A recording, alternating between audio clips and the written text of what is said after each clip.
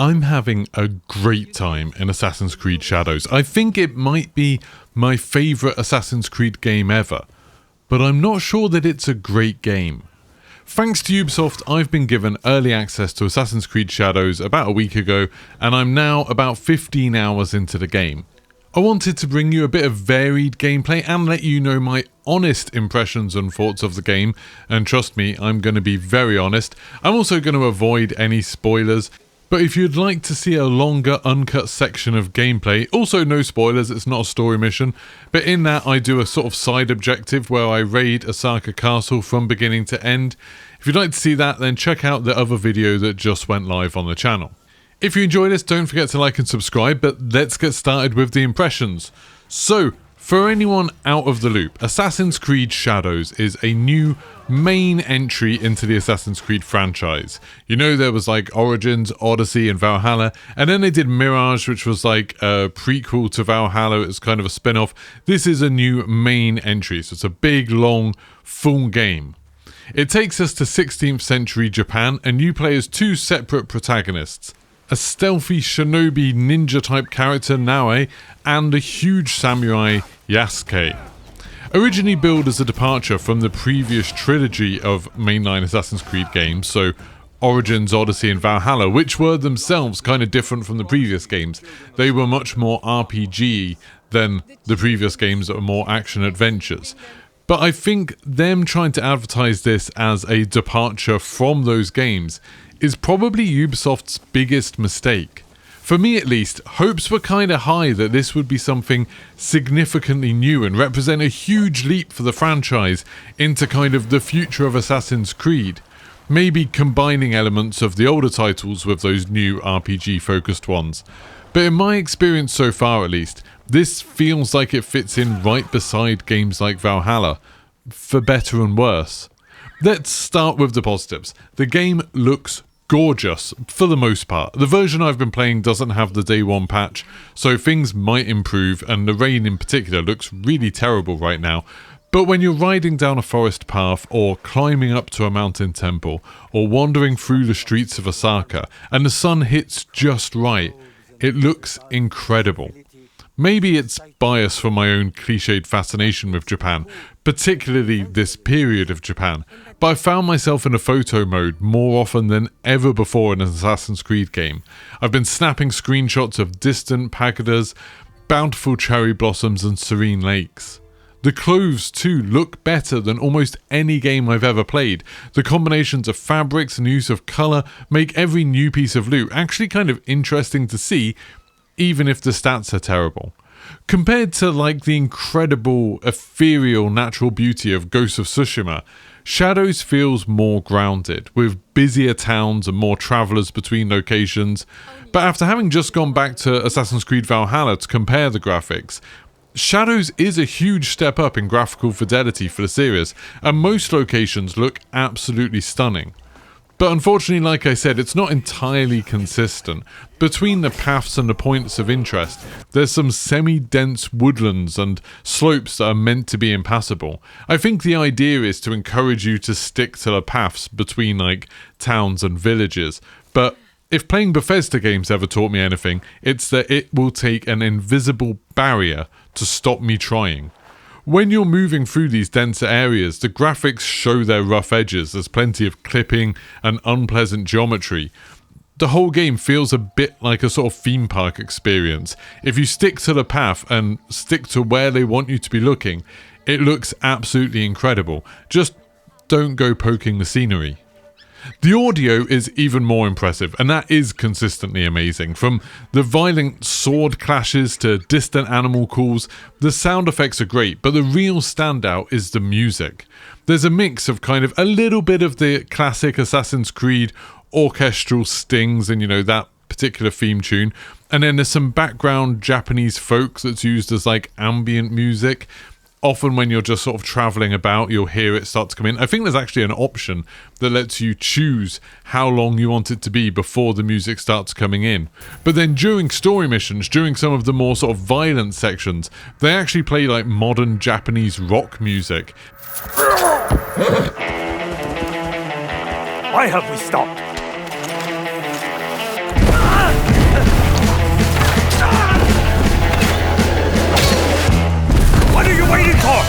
and it's absolutely awesome. There's like a bit of punk to it. It works really, really well, and I think it's genuinely creative. And I don't think I've ever seen that in an Assassin's Creed game before.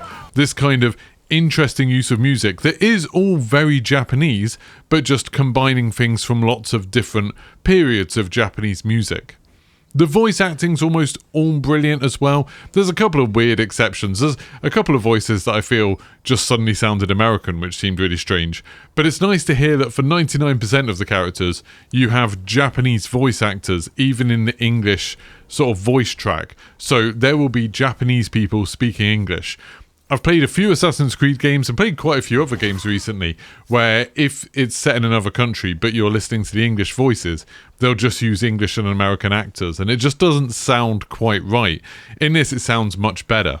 You can switch it to lots of different languages, obviously, but there's also an immersive mode where the Japanese characters speak Japanese, the Portuguese characters speak Portuguese, and it's all subtitled. I had this turned on at first, but then it felt like the lip syncing wasn't right. Nobunaga-sama ga owai ni naru toroco. Diogo, espera aqui. Não digas nada. It's almost like the lip syncing has been done for the English voices in the game rather than for the Japanese, which seems really strange. Like, I expected the English audio mode to kind of sound like a dubbed film, you know, to look like a dubbed film, where, okay, you're hearing it in English, but it's obviously not quite what they're saying. But it feels like the opposite. It feels like that's what it's like when you're listening to it in Japanese, which is a little bit weird. The story, at least what I've played so far in like 15 hours, also stands out as a high point for the series. Like, the Assassin's Creed stories have kind of varied from pretty good to incredibly bland, but in this one, I think they've managed to create a large cast of characters that I genuinely care about. There's so many interesting characters about this, and as you learn new things about them, it's really, really interesting. Like, you form a real connection with them. There's moments of like laughter and tension and some real sadness just in those first few missions. They've been pretty clever about where they've placed the game in history. Obviously with Assassin's Creed games, they always do this thing where it's kind of loosely set in a real moment of history, so you interact with some real people, often not in a kind of historically accurate way. For some reason, people have picked up on Yasuke being like maybe not historically accurate, but they didn't care about it when it was like Leonardo da Vinci and Michelangelo and people in Assassin's Creed 2. But anyway, we'll ignore that for now. I think they've done a really good job with it. They've filled in a gap of time where stuff was really changing in Japan, but we don't exactly know why. There's like one event that happens quite early on in the game that is a real historical event, and it happens pretty much how it happened in real life. And then there's like the rest of the game taking place in the aftermath of that, where in real life we don't really know what was happening to the people involved. We don't know why people did some of the things that they did, and most importantly, we don't really know what happened to Yasuke. Like, he was at that event, and then after that we don't know a lot about the rest of his life, or pretty much anything about the rest of his life. So I think they chose really well there. Like, it kind of makes sense that they could have been doing these things that they wouldn't want to be recorded, and that's kind of where the game story lies. I think that was pretty smart. In terms of the sort of authenticity to Japanese culture and history outside of the story, it's a bit of a mixed bag. Like, there's some stuff I really appreciate. Like, I love the careful explanations of tea ceremonies, which is something I'd heard about in Japan, but I've never known exactly what they were, and they do go to great lengths to kind of explain that kind of stuff and the importance of it and how different people see it differently. I think there's kind of interesting discussion about stuff, that it's not just presenting you like an encyclopedia saying, hey, this is the stuff people did in Japan in the 16th century, but instead there's different characters having different opinions about some of these things. And there's other really nice touches, like there's lots of shrines, and it kind of, there's things that you can do at the shrines that are real things that people do at shrines and did back then. And there's the usual codex featuring explanations of, you know, real life locations. I really like playing through a bit of it and then reading through the codex and seeing all of the stuff and kind of which parts of it are real and which parts of it weren't. But then there are some things that don't make sense with sort of Japanese culture. Like, the game literally tells you, oh, it would be unthinkable to climb on a torii gate, but you can do it, and no one seems to care at all if you do it. You can march around in people's houses with your muddy shoes on. Nobody seems to care. Nobody seems to bat an eyelid. And, you know, that's like one of the sort of basic things in Japanese culture that tourists get told. You know, if you're going in someone's house especially, you don't wear your shoes in their house.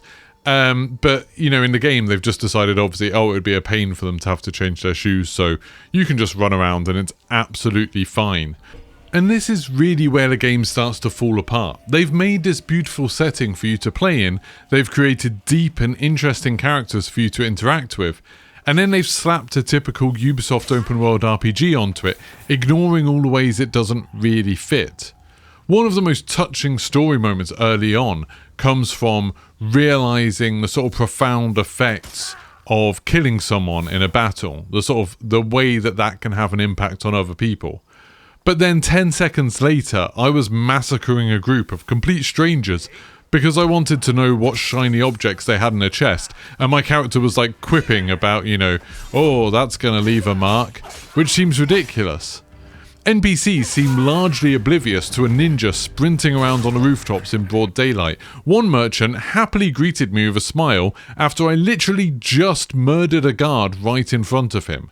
It's like the game wants to give you as much freedom as possible, but it can't kind of work that out to match it with the setting, so the immersive illusion just completely falls apart.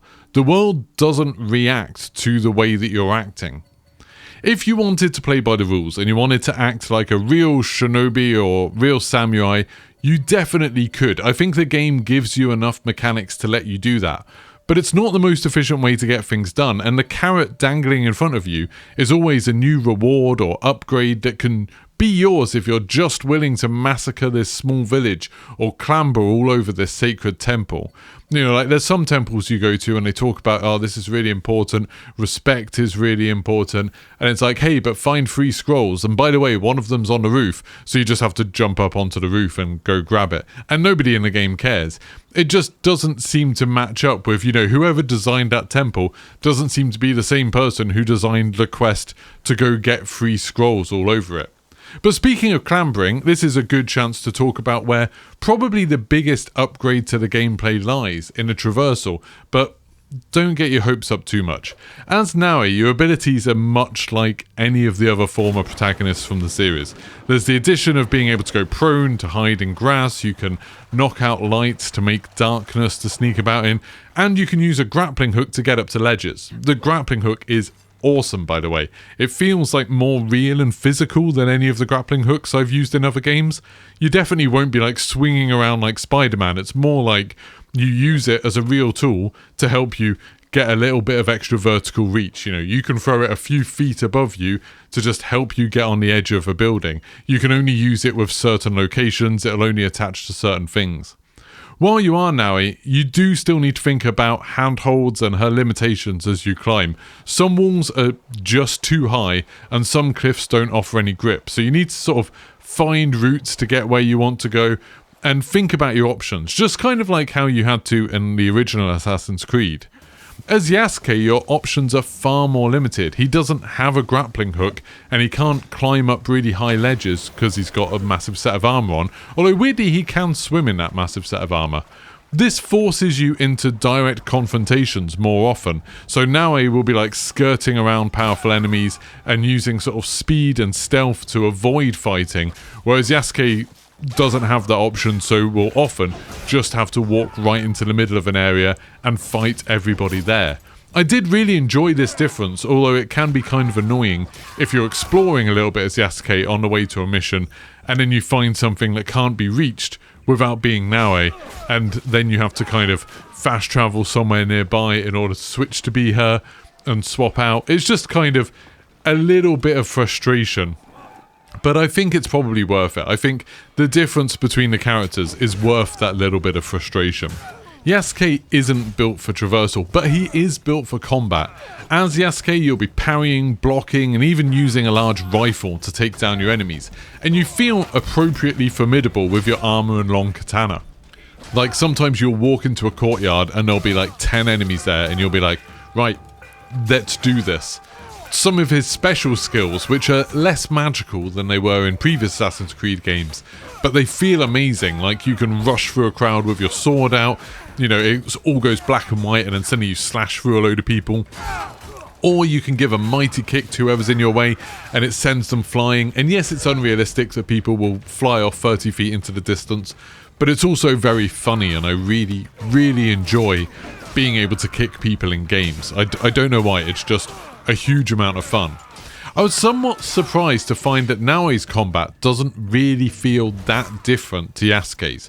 You can still parry, although for her they call it deflecting, but it has the same effect. You can still dodge, you can still do huge amounts of damage. Like, yeah, her weapons are more suited to like fast attacks and moving around, but in terms of how you actually play the characters, it's still like, oh, if they have like a blue shine on their weapon, that's something you can block, so you press LB, and then if they have a red glow to their weapon, then you need to dodge, so you press B. And it's like, you do that with both the characters, and that's kind of the foundation of the combat for both of them.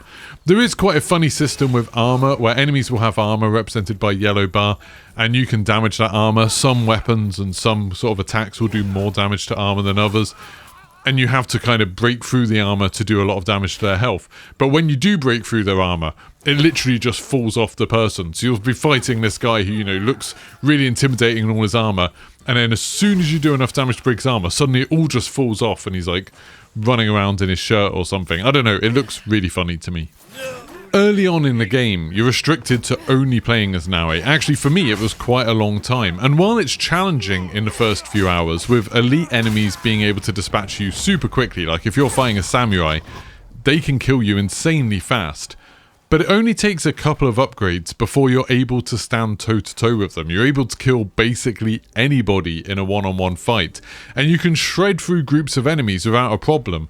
It does do the thing which a few later Assassin's Creed games have done, where the enemies won't fight you one at a time.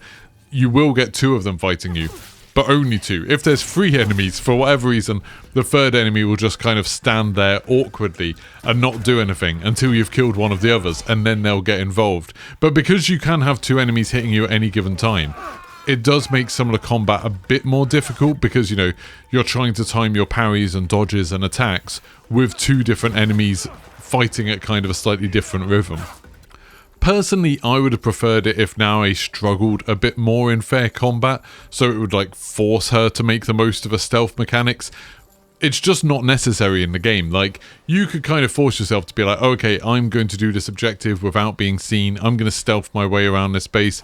But I found a lot of the time I could just literally sprint through the middle of basically any base. Most enemies wouldn't be able to keep up. Most enemies would just lose track of me and get bored of looking for me. And even if I did get in a fight, I could probably handle them. I did make a fairly big mistake with my first few hours of the game, and I would strongly suggest you not to do this. I got enchanted by the Ubisoft open world formula, and I started chasing after every single icon on the map. Doing that, I found so many identical buildings and identical fights that I had to do over and over again, and I pretty quickly started getting a bit bored of the game. There's a few cool twists, like there's an awesome hideout that you have that you can develop. You choose where to put buildings and decorate it with objects you find out. But for the most part, you're kind of heading to icons, doing a bit of jumping or killing, getting some loot, and then moving on. And if you just try to do all of those in an area before you do the story missions, it gets super repetitive. When I did Osaka Castle, which is what my other video is for, you should go watch that video if you want to see a longer bit of uncut gameplay. When I was doing that Osaka Castle fighting, it actually felt pretty much like every other castle. I've done like 3 or 4 castles, and they've all been basically the exact same layout. And when Osaka Castle feels like every other castle, you know something isn't quite right. Once I started focusing on the main quests a bit and moving the story onwards, the game improved immensely. Side quests and objectives were more things I could do on the way to major objectives, and that made them feel a bit more natural and fun, instead of like a boring slog of ticking off boxes as I cleared out town after town. I feel like this is something the game doesn't handle very well. Why does it let you chase down all of these icons? Why does it always tell you where to go to find things? It makes a really big deal of using scouts to find objectives. Like on the map, you'll have some clues to find an objective, and then you just have to go to the right bit of the map, use a scout on it, which are kind of a limited resource that reset with seasons. And then if your circle was in the right place, and the circle is very generous, then it will give you an icon on your screen. But every time you go to a sort of the top of a tower, you know, one of the lookout points, every time you do that, you'll suddenly get your map filled with like question marks and icons and stuff like that. I don't really get why it has to show you all of those question marks at all. I'd much rather they found an immersive way to present you things to you as you explored in the game, kind of like how Ghost of Tsushima does, instead of hitting you around the head with a big sign saying, hey, there's a reward here, you should go on over here. And this just permeates the entire game. There's a store with supernatural cosmetics to buy, and it's right there on the main menu. There's another system of weird Animus-related glitches. I don't really understand that yet. But they're really just weekly and daily objectives that give you another kind of currency that you can then spend on more cosmetics and things. There's a kind of live service in a game that definitely doesn't need it. All my favourite moments in Assassin's Creed Shadows so far have come from chance encounters, taking things a bit slower, looking around to appreciate the beauty of the game. It's a shame that it feels the need to constantly try to interrupt that with a bandit camp that looks the same as every other bandit camp, or you know, it'll have a chest in the exact same location as it was in all of the others, and it will give me a piece of randomly generated loot. It's like it doesn't have faith in its own ability to hold your attention, so it's constantly trying to distract you with content.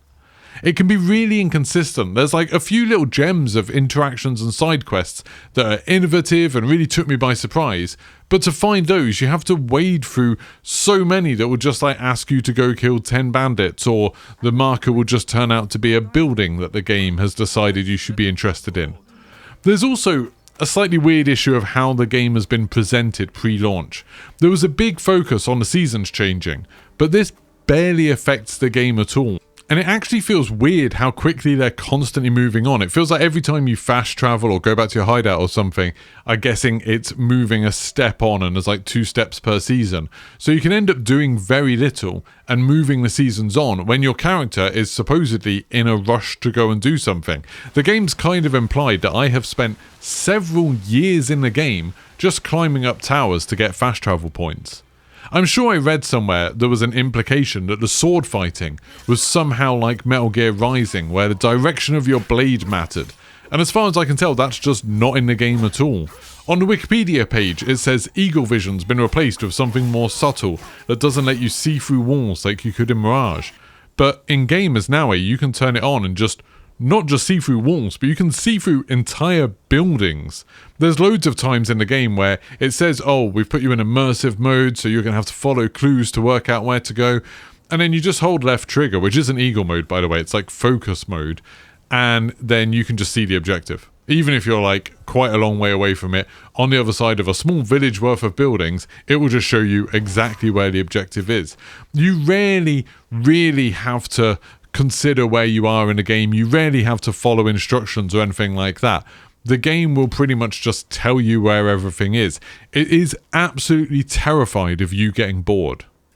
They also obviously made out the 2 characters' fighting styles are dramatically different, but I really don't think they are. I think there's more difference in, say, playing a Dex versus a Strength build in like Dark Souls or Elden Ring than there is in the difference between playing as Yasuke and Naue. Assassin's Creed Shadows feels like it's constantly at war with itself. Like, I imagine that there was an incredibly talented creative team of directors and artists, musicians and writers, and they had to battle with an aggressive team of marketers and producers who wanted to stamp open world gameplay and mindless content all over something that could have been really, really interesting. But for what it's worth, and I know these impressions have sounded really negative, I'm actually having a fantastic time with the game, and I think this is my favourite Assassin's Creed game yet, and I've played all of them. Maybe it's just because I love the Japanese setting, and I happen to have just visited the area that this is set like a week before I got access to it, so seeing the sort of shrines and castles and things like that in their prime is a real treat for me. But I've learned to love the game by playing it the way I think it should be played. you do have to do a bit of role playing. You have to kind of impose restrictions on yourself, slow yourself down a little, and try to play as the characters that are given to you. And if you do that, it is a real treat. It's a huge open world Japan in the 16th century with dramatic fights, beautiful scenery, and a world of interesting characters. You just need to ignore the game when it constantly tries to interrupt that.